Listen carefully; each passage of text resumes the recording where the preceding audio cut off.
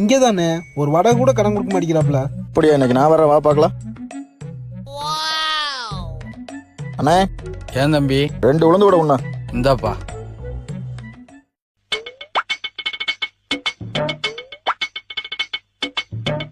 இன்னும் 2 உண்ணா.